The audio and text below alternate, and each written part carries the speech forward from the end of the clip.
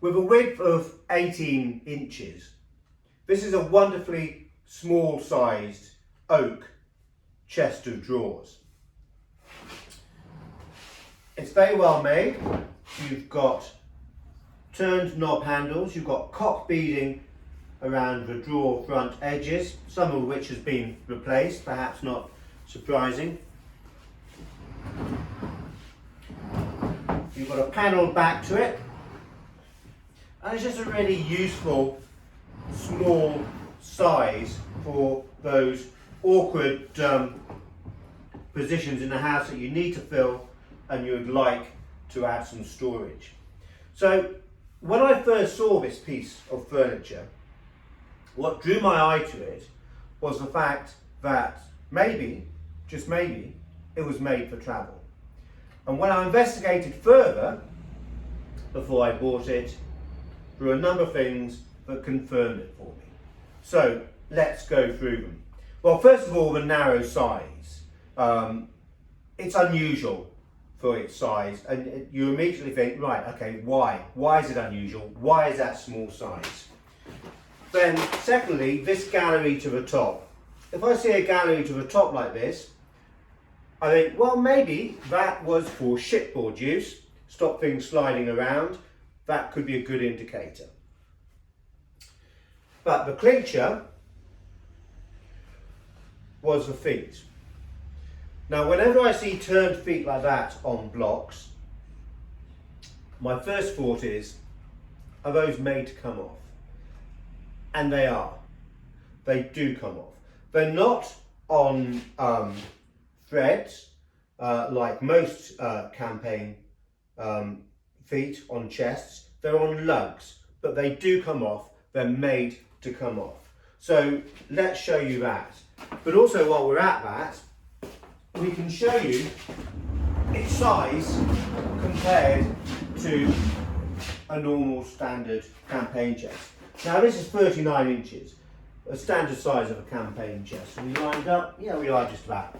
So you can see it's just less than half the size of a standard chest.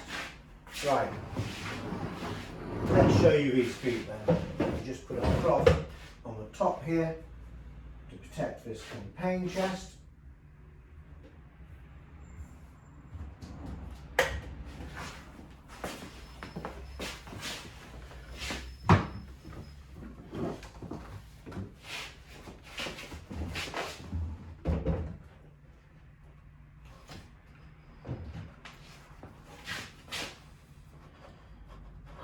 So there you go, there's one, and you can see the hole underneath in the block.